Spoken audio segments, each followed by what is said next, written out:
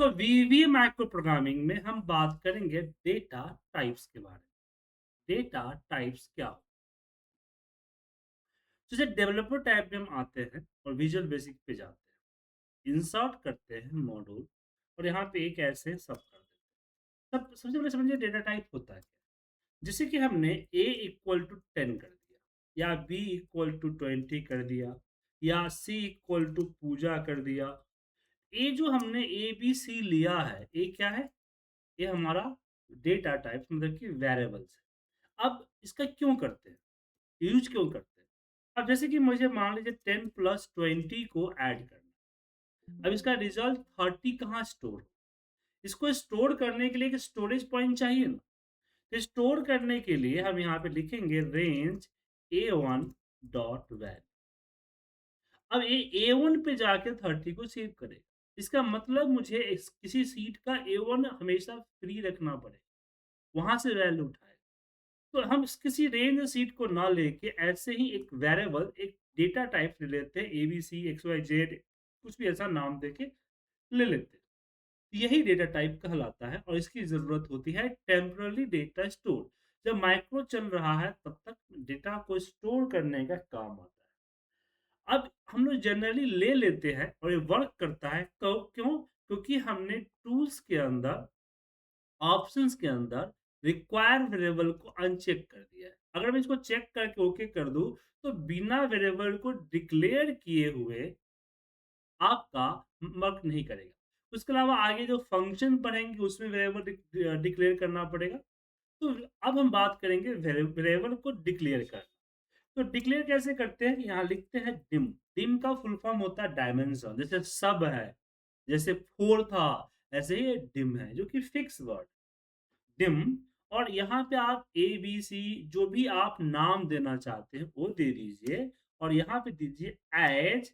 और यहाँ एज देने के बाद आप क्या करेंगे, अपना टाइप, जैसे कि इंटीजर। ए डिक्लेरेशन हुआ तो ए क्या हो गया, इंटीजर हो गया। अब हम कहीं भी ए के ऊपर नंबर स्टोर कर सकते हैं। ए के ऊपर हम किसी तरह का टेक्स्ट अगर स्टोर करेंगे तो वो आपका टाइप मिसमैच का एरर देगा, क्योंकि हमने डिक्लेयर कर दिया है। इसका मतलब है कि हमें जो डिक्लेयर किया है वही लोड करना है, कोई और लोड नहीं करना। ओके। तो कितने तरह के डेटा टाइप्स होते हैं, चलिए बात करते हैं, उसको जानते हैं। तो सबसे पहले मैंने लिखा dim, B as a bye.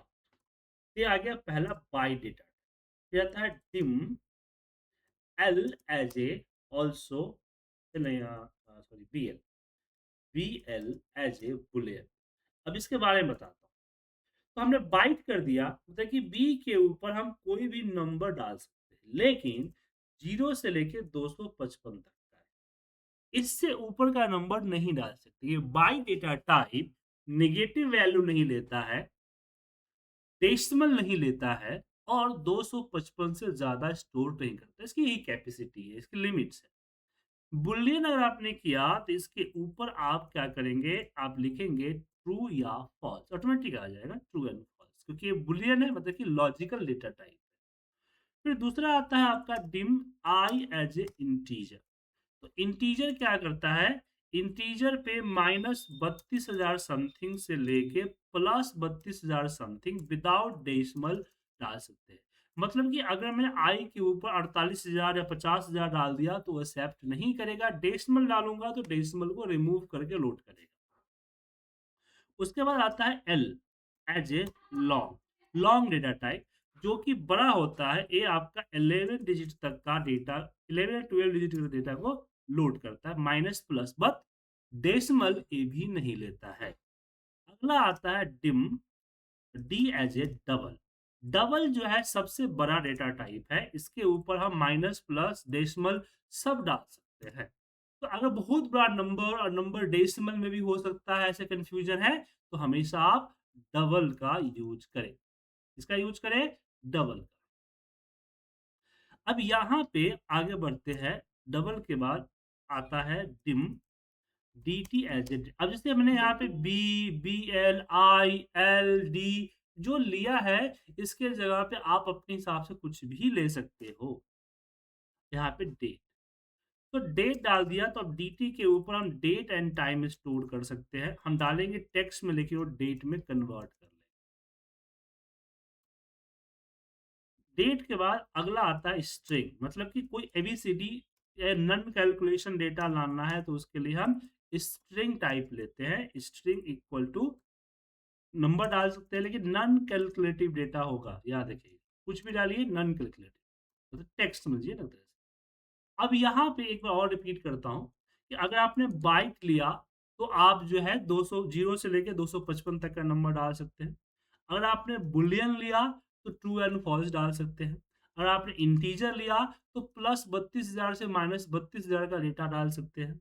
अगर आपने लॉन्ग लिया तो आप यहाँ पे 12 डिजिट तक का माइनस प्लस दोनों डाल सकते हो। डेसिमल इसमें भी नहीं डाल सकते। अगर डेसिमल और बड़ा नंबर है तो हम डबल का इस्तेमाल करते हैं।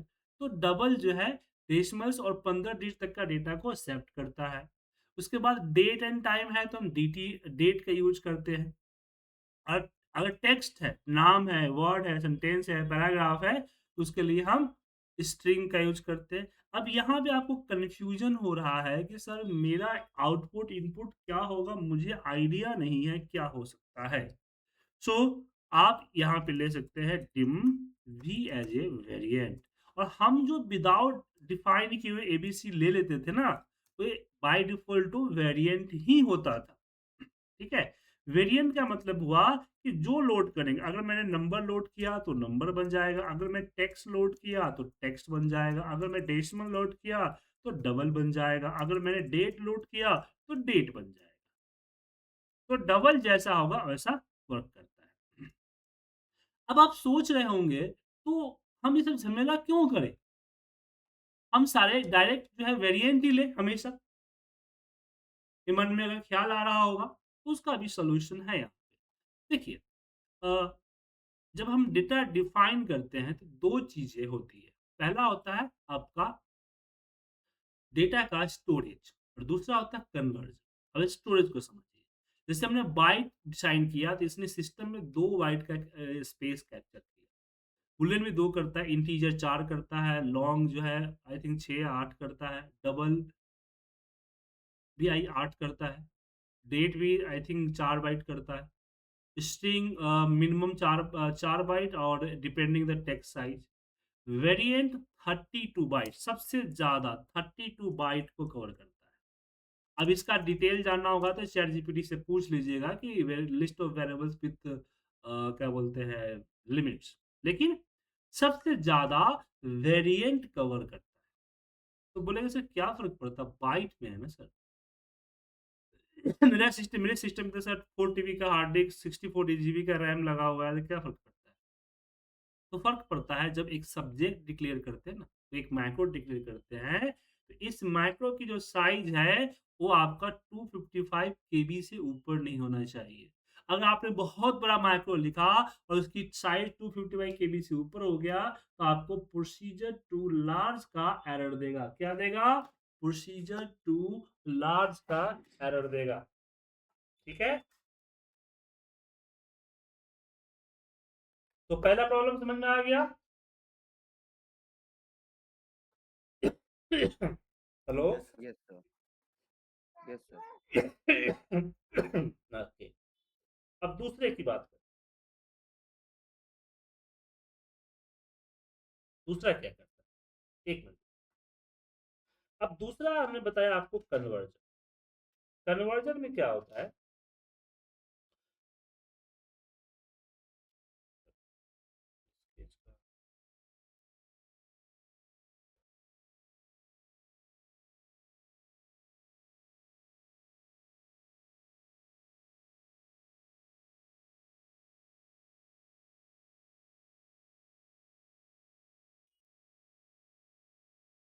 दूसरा प्रॉब्लम यहाँ पे आता है।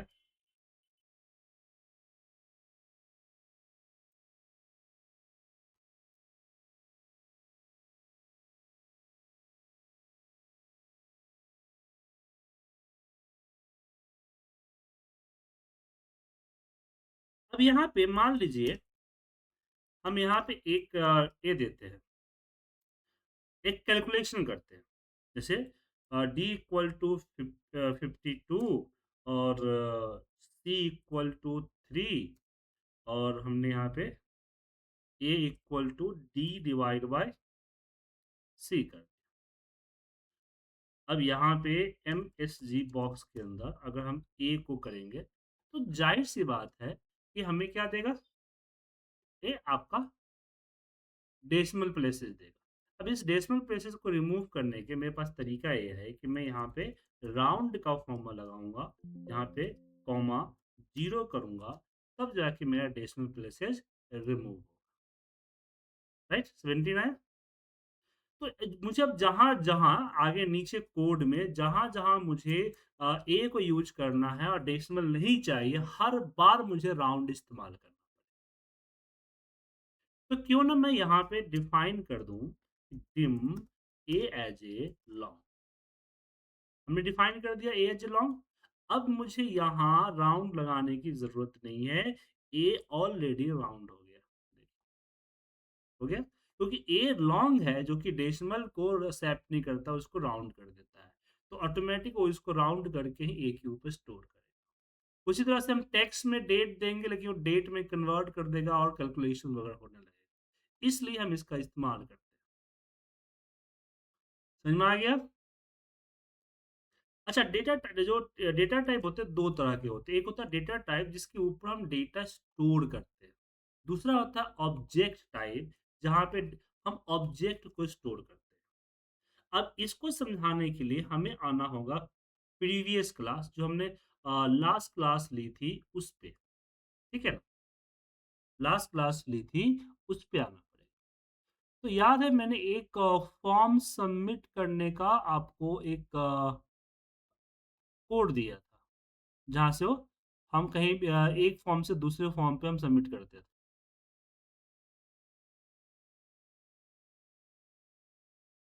याद है सर?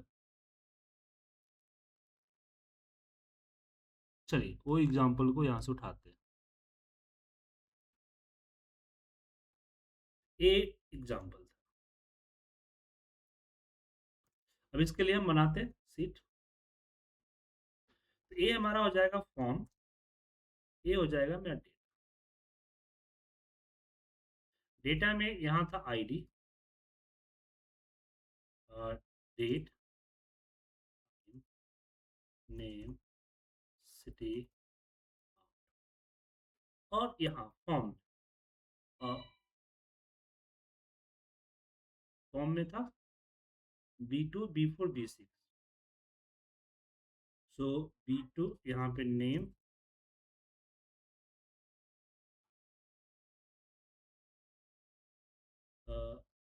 सिटी,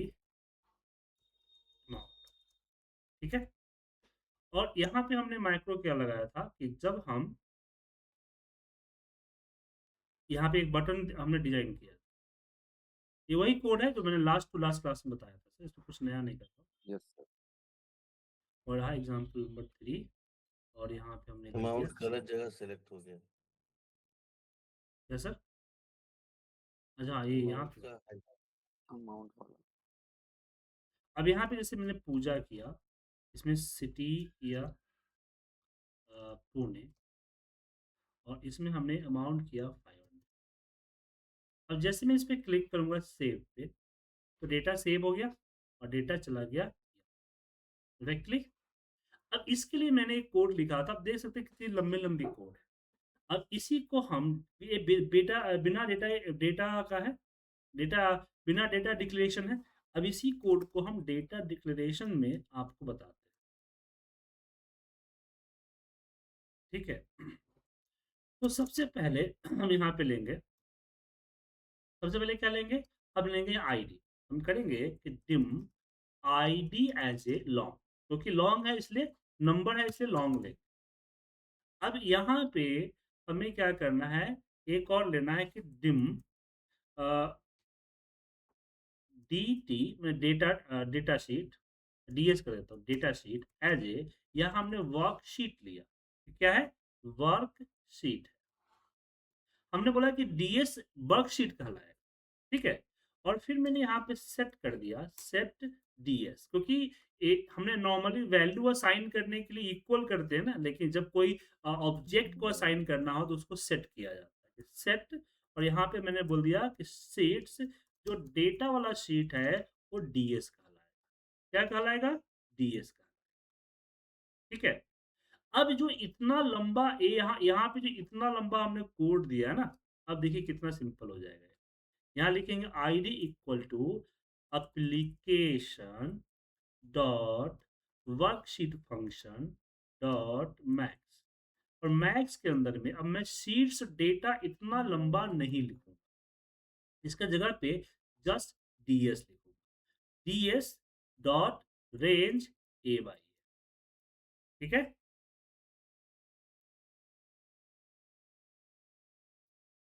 उसके बाद अब जैसे बार बार हम यहाँ इतना लंबा लाइन लिख रहे हैं, नहीं बार बार दिख रहा है ऑफसेट डॉट वैल्यू कर रहे हैं, इतना लंबा लाइन लिख रहे हैं, तो यहाँ पे अब मैं क्या करूंगा, एक रेंज डिफाइन कर, मैं बोलूंगा कि dim R as a range. R क्या है? रेंज। अब यहाँ पे मैं करूंगा सेट आर इक्वल टू, हमने ले लिया। ठीक है। अब जो इतना लंबा जो लिख रहे हैं उसके जगह पे सी लिखेंगे R dot value equal to ID plus one. R dot offset zero row and अगली column dot value equal to date.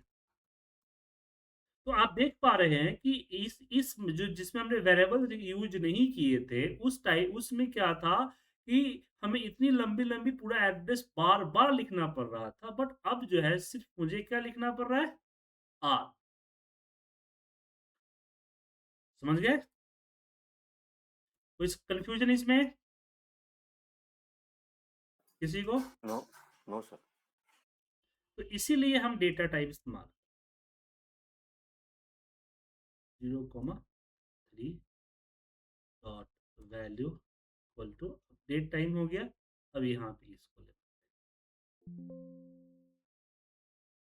v2 dot value copy करके पेस्ट कीजिए, यहाँ पे हो जाएगा 4, 4 में हो जाएगा यहाँ पे हमारा b3 dot value, b3 b4 है ना, b6, यहाँ पे 5 है। ठीक है। और बाद में ये बड़ा लिंक वाला डाल दें। तो डेटा टाइप का फायदा समझ में आ गया क्या सर? तो इसको एक बार रन करते हैं दोबारा। होम सिटी में पुणे अमाउंट 5, यहाँ पे इसको हमने run किया। अब इसका यूज एक काम और कर सकते हैं कि मुझे इसी चीज को किसी और शीट में चाहिए, समझे ना? मतलब कि मेरा फॉर्म्स यहाँ पे क्या है कि फॉर्म और डेटा दोनों एक ही फाइल में ना। अब डेटा को मैं move and copy create copy करके हम एक अलग फाइल में डाल देते हैं और इसको हम एक लोकेशन में सेव कर देते हैं, ई ड्राइव के अंदर सेव कर देते हैं। इसका नाम होगा फॉर्म D7। ठीक है। और ये एक्सएमएल फाइल होगा, एक्सएलएस फाइल नहीं होगा, फॉर्म D7। अब जो है यहाँ पे इसको क्लोज कर दो। एक बार इसे पाथ कॉपी कर देते हैं।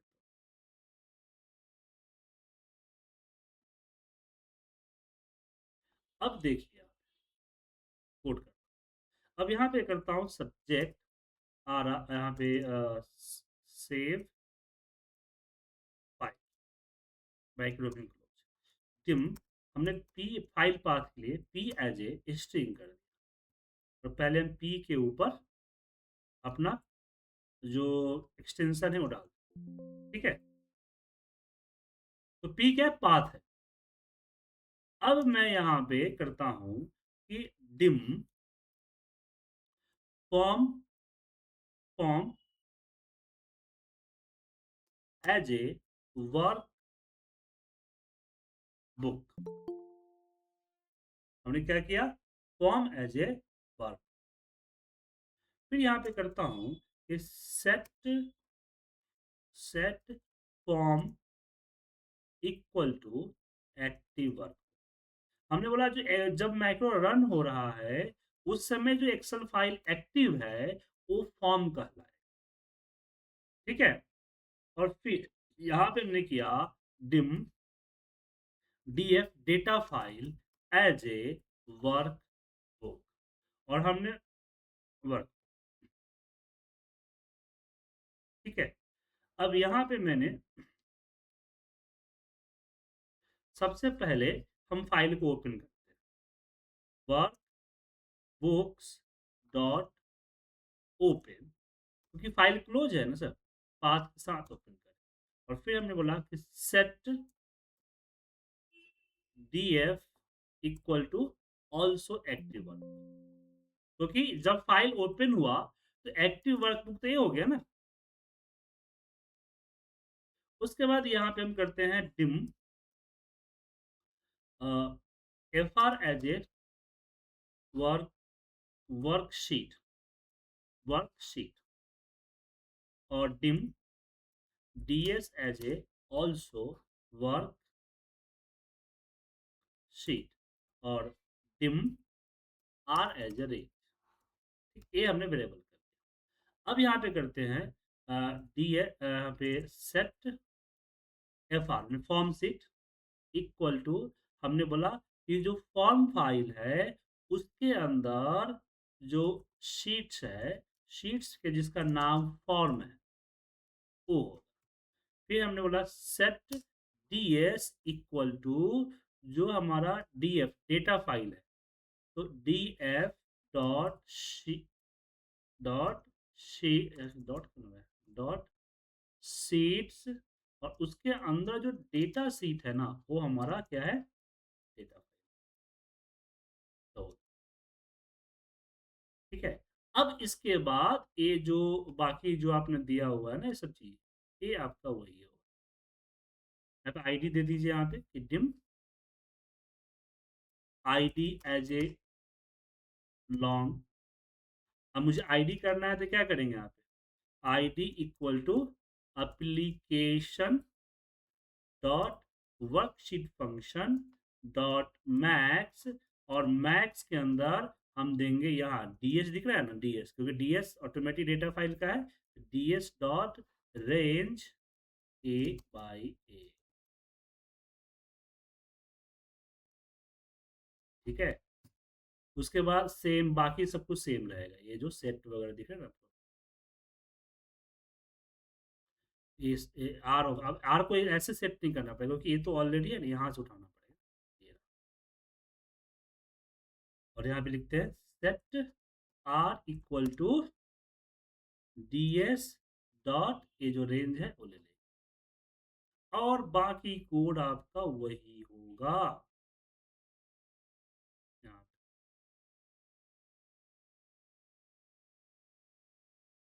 नीचे जो आपका ये जो आ रहा है ना रेंज b4, इसके जगह पे लगा दीजिए एफ आर, बस, और कुछ एफ आर सीट का पाथ दे दिए। अब इसके जगह पे पूरा अगर मान लीजिए एफ आर नहीं लिखिएगा तो आपको लिखना पड़ेगा, पहले आपको वर्कबुक का नाम, फिर सीट, सीट का नाम, वो पूरा देना।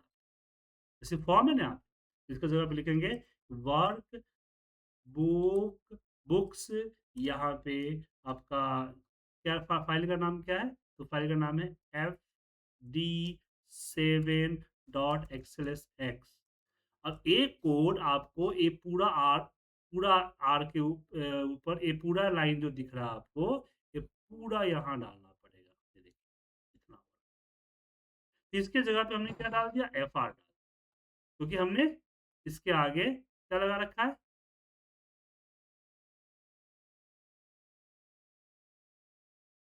फॉर्म लगा रखा है, क्योंकि यहाँ पे फॉर्म को हमने एक्टिव वर्ब में डाल दिया, और फॉर्म से हमने एफ आर ले लिया, एफ आर के अकॉर्डिंग चला गया, डेटा वैल्यू डाल, और यहाँ भी मुझे एफ आर करना पड़ेगा। और उसके बाद मुझे फाइल, जो डेटा फाइल हमने ओपन किया था ना ये वाली फाइल, को क्लोज करना, जो कि हमारा कौन सा है, डीएफ है।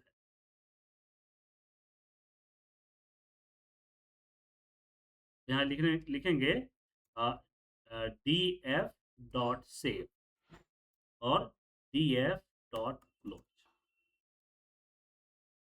ठीक है, तो अब मैं यहाँ पे कोई भी डेटा एंट्री करूंगा तो दूसरे फाइल एक्सेल फाइल में डाल, तो जब आप मल्टीपल फाइल पे काम करेंगे तो कुछ इसी तरह से वर्क करना पड़ेगा।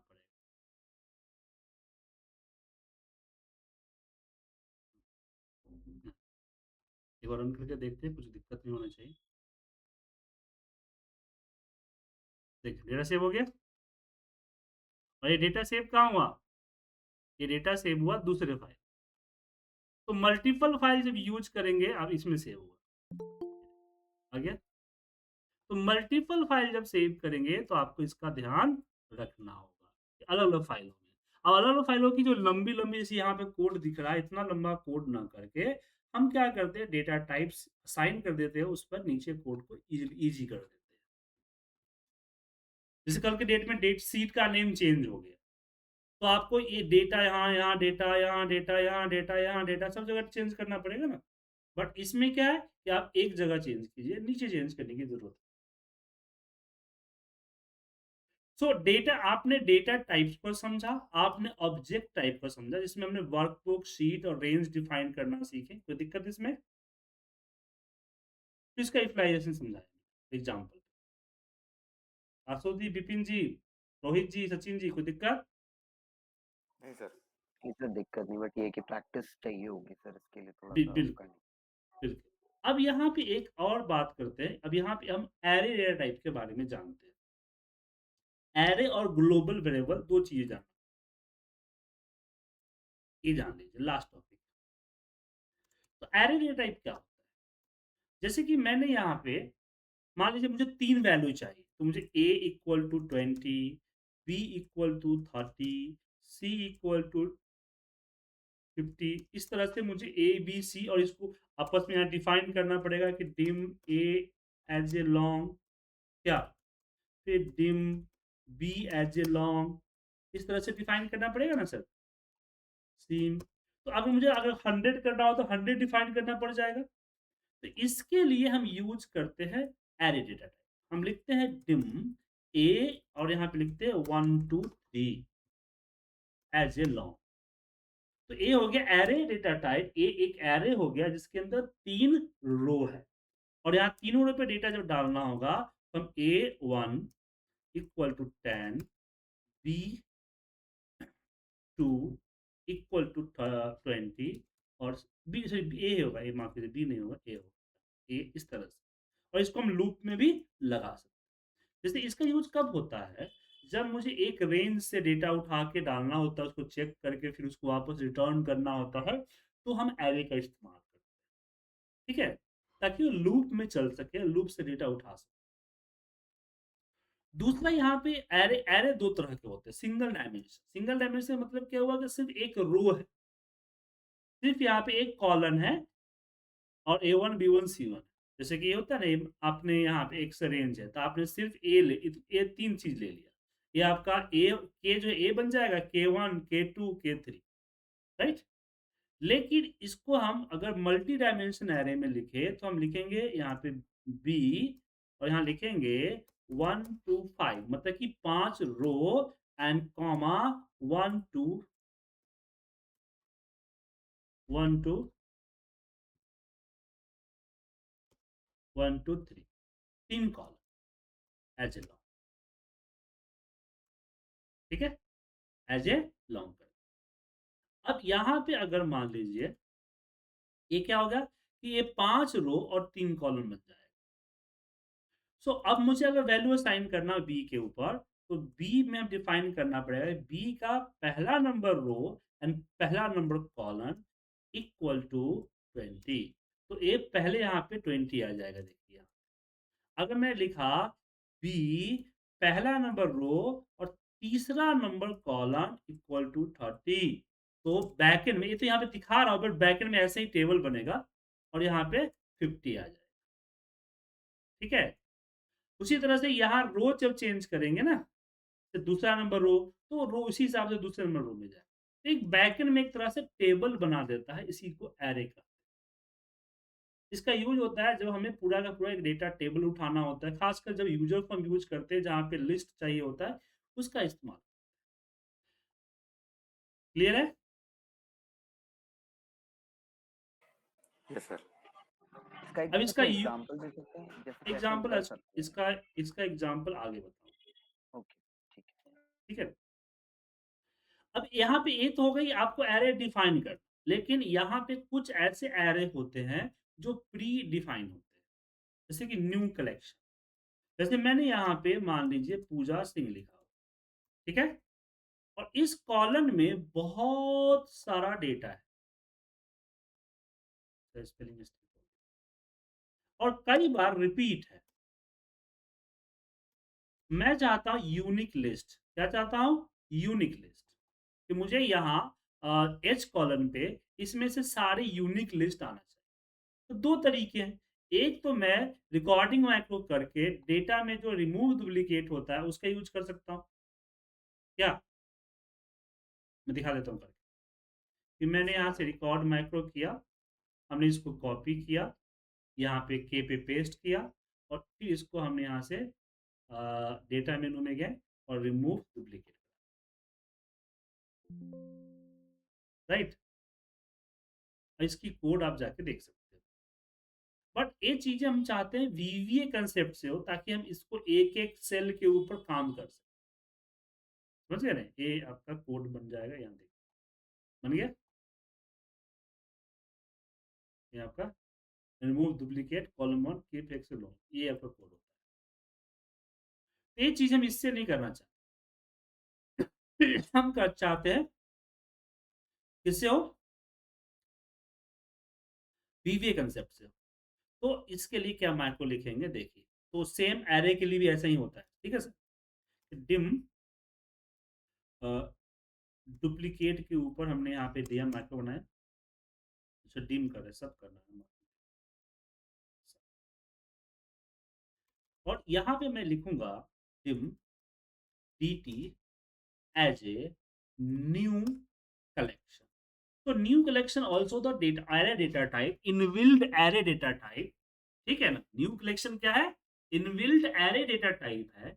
इसके अंदर खासियत यह है कि मल्टीपल वैल्यू को लेता है बट यूनिक को। अगर इसके अंदर मान लीजिए कि dt के ऊपर मैंने अगर यहाँ पे 20 कर दिया, अगेन dt के ऊपर हम 20 करेंगे तो वो एक्सेप्ट नहीं करेगा, वो मुझे एरर देगा। एरर देगा क्योंकि एक वैल्यू चाहे टेक्स्ट में हो नंबर में हो वो दोबारा स्टोर नहीं करेगा। तो इसके लिए क्या करेंगे? इसके लिए यहाँ हम लगाएंगे लूप। लूप में लिखेंगे फॉर आई इक्वल टू चले 1 टू कहाँ तक चले? जो लास्ट हमारा 88 है 88 तक चले। नेक्स्ट आई उसके बाद यहाँ पे लिखेंगे कि dt डॉट यहाँ पे dt डॉट क्या होता है? ऐड। dt डॉट ऐड और ऐड में क्या ऐड करना है? तो हमने बोला कि सेल्स आई रो 1 कॉलम की वैल्यू डल जाए।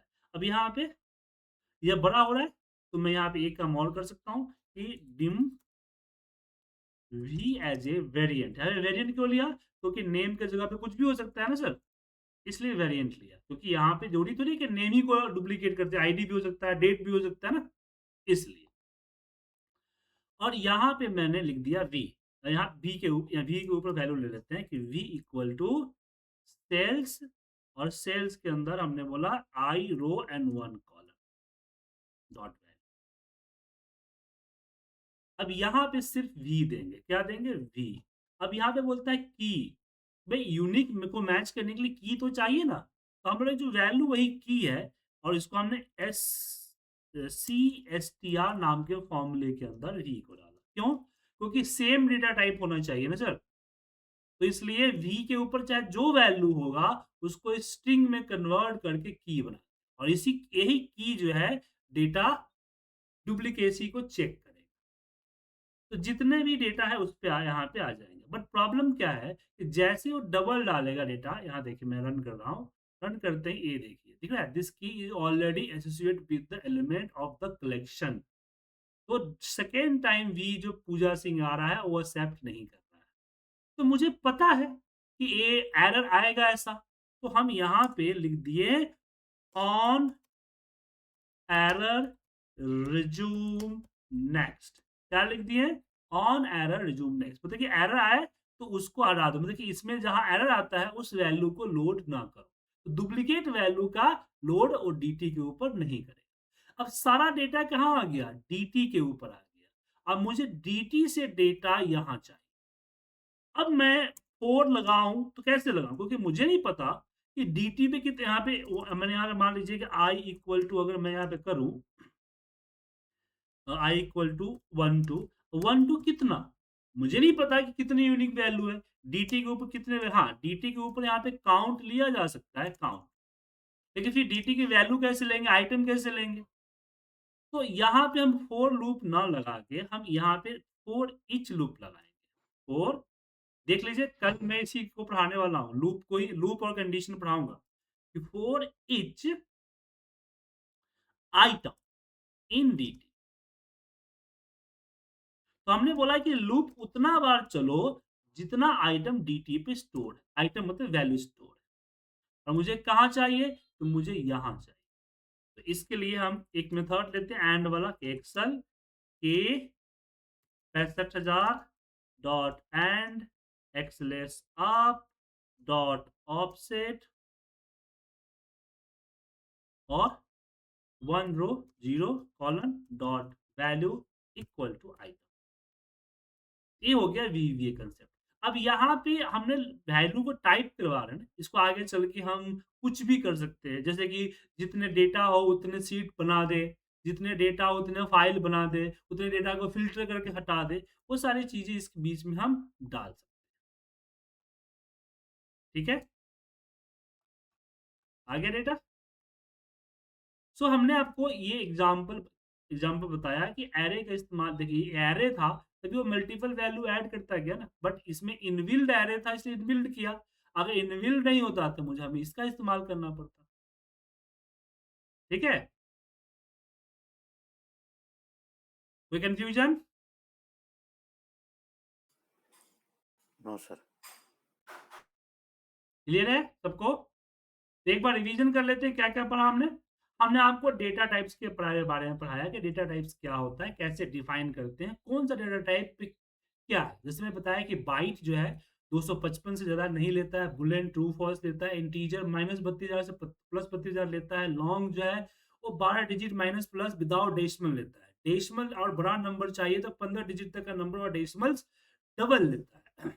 उसके बाद डेट एंड टाइम के लिए, डेट एंड टाइम के लिए हम यहाँ डेट को इस्तेमाल करते हैं, स्ट्रिंग के लिए, टेक्स्ट के लिए हम स्ट्रिंग इस्तेमाल करते हैं, और किसी भी तरह का डेटा जो समझ में नहीं आ रहा है क्या हो सकता है उसके लिए वेरिएंट, जैसे कि मैंने यहाँ पे बताया कि हमने यहाँ पे मतलब यहाँ पे वेरिएंट लिया ना सर, क्योंकि मुझे ये आइडिया नहीं है ना कि सेल के अंदर टेक्स्ट है, डेट है, टाइम है, कुछ भी हो सकता है, इसलिए हमने वेरिएंट लिया। और उसके बाद हमने आपको बताया कि हम यहाँ पे वेरिएबल, ऑब्जेक्ट वेरिएबल भी लेते हैं, जैसे कि वर्कशीट हो गया, रेंज हो गया, वर्कबुक हो गया, उसको भी असाइन कर दे ताकि नीचे बड़े बड़े लाइनों में, जैसे यहाँ पे बड़ा लाइन लिखा हुआ हो, ऐसा ना लिखना पड़े, हमें सिंगल सा एक आर दे, क्योंकि इससे पहले हमने आर को सेट कर दिया कि आर जो है ए। ठीक है, तो वर्कशीट होता है, वर्कबुक होता है और रेंज होता है, और उसको जब भी असाइन किया जाता है तो सेट से किया जाता है, डायरेक्ट इक्वल नहीं किया जाता है। डायरेक्ट इक्वल सिर्फ डेटा टाइप को किया जाता है, ऑब्जेक्ट को हमेशा इक्वल एक एक असाइन किया जाता है। उसके बाद आपको मैंने दो एग्जाम्पल बताए कि एक फाइल से जिस सीट पे डेटा दूसरे सीट पे कैसे भेजें, और दूसरा सीट अगर किसी दूसरे फाइल में है उस फाइल को पहले आपको ओपन करवाना पड़ेगा, फिर वो फाइल का पूरा पाथ वगैरह लेके हमने आपको एग्जाम्पल। उसके बाद हमने आपको बताया एरे डेटा टाइप, जो आपको मान लीजिए कि 10-20 डेटा लोड करना हो तो हर किसी के अलग-अलग वेरिएबल डिफाइन करने की जरूरत नहीं है, हम यहाँ पे एरे डिफाइन कर सकते हैं। सो एरे क्या होता है, एरे का डेफिनेशन ये होता है कि store the multiple value with same cost या सेम टाइम, मतलब कि ए जो है लॉन्ग है तो सिर्फ लॉन्ग ही डेटा मल्टीपल लेगा, इसमें टेक्स्ट नहीं लेगा। तो जो डेटा टाइप डिफाइन होता है ऐसे डिफाइन। और आपको पता है कि inbuilt data type, inbuilt array भी होता है, इसको बोलते हैं न्यू कलेक्शन, जिसमें मल्टीपल वैल्यू स्टोर कर सकते हैं, और मल्टीपल वैल्यू स्टोर करने के बाद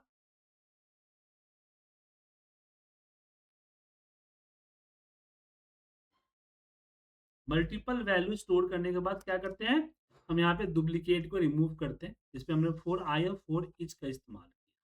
क्लियर है? इसमें कोई दिक्कत?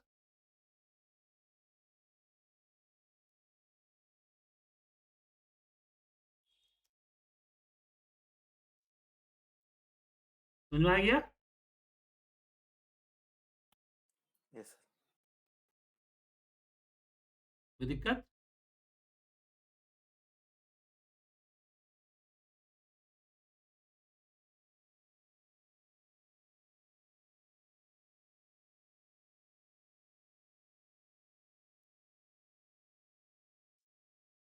अब बात करते हैं ग्लोबल वेरिएबल।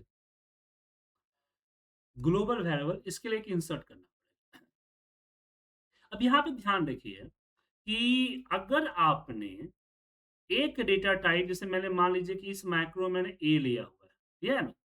तो दूसरे मैक्रो में कोई फर्क नहीं पड़ता। जैसे यहाँ पे आईडी लिया हुआ है, तो इस आईडी और नीचे जो आईडी लिया है इसके बीच में कोई रिलेशन नहीं। याद रखिएगा कि एक माइक्रो के अंदर में यूज की गई कोई भी डेटा टाइप उसी माइक्रो के अंदर उसका अस्तित्व होता है।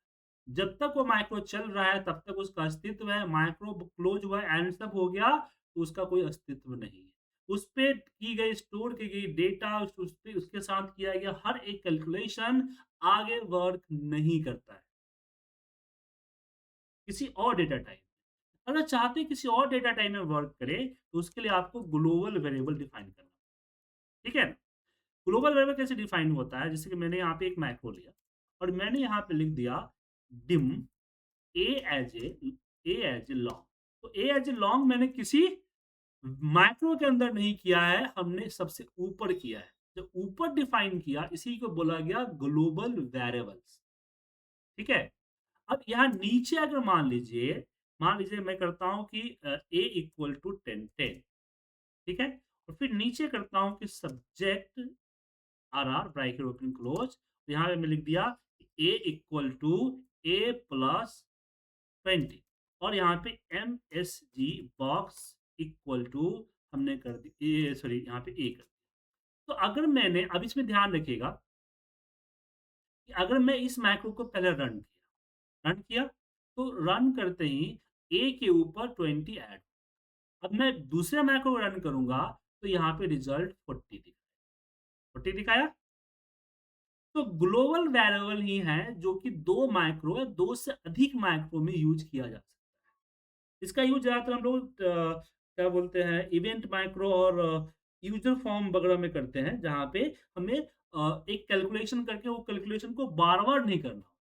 लेकिन ध्यान रखिएगा कि माइक्रो 1 रन होगा तभी माइक्रो 2 पे वैल्यू आएगा। आप डायरेक्ट माइक्रो 2 रन कर दिया तो माइक्रो ए पे उसकी वैल्यू नहीं आएगी।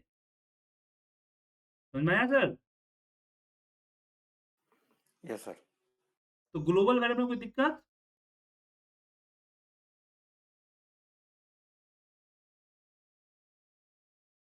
नहीं सर। हेलो? ग्लोबल वेरिएबल की तरह ही काम करता है आपका एक क्लास मॉड्यूल, ठीक है ना? क्या करता है? Class module. लेकिन क्लास मॉड्यूल आज नहीं पढ़ते, कुछ ज्यादा हो जाएगा ना सर? क्या? यस सर, ज़्यादा हो जाएगा।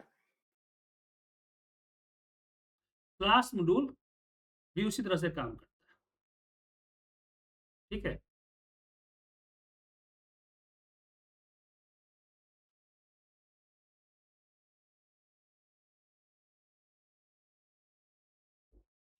चलिए आगे बढ़ते हैं। आज के लिए इतना रहने देते हैं। ये सारा कोड मैं आपको भेज देता हूँ, आप इस पे कीजिए प्रैक्टिस। आज की क्लास की रिकॉर्डिंग आप लोगों को मिल जाएगी। जिन्होंने ड्राइव एक्सेस किया हुआ है उनको ड्राइव में मिल जाएगी।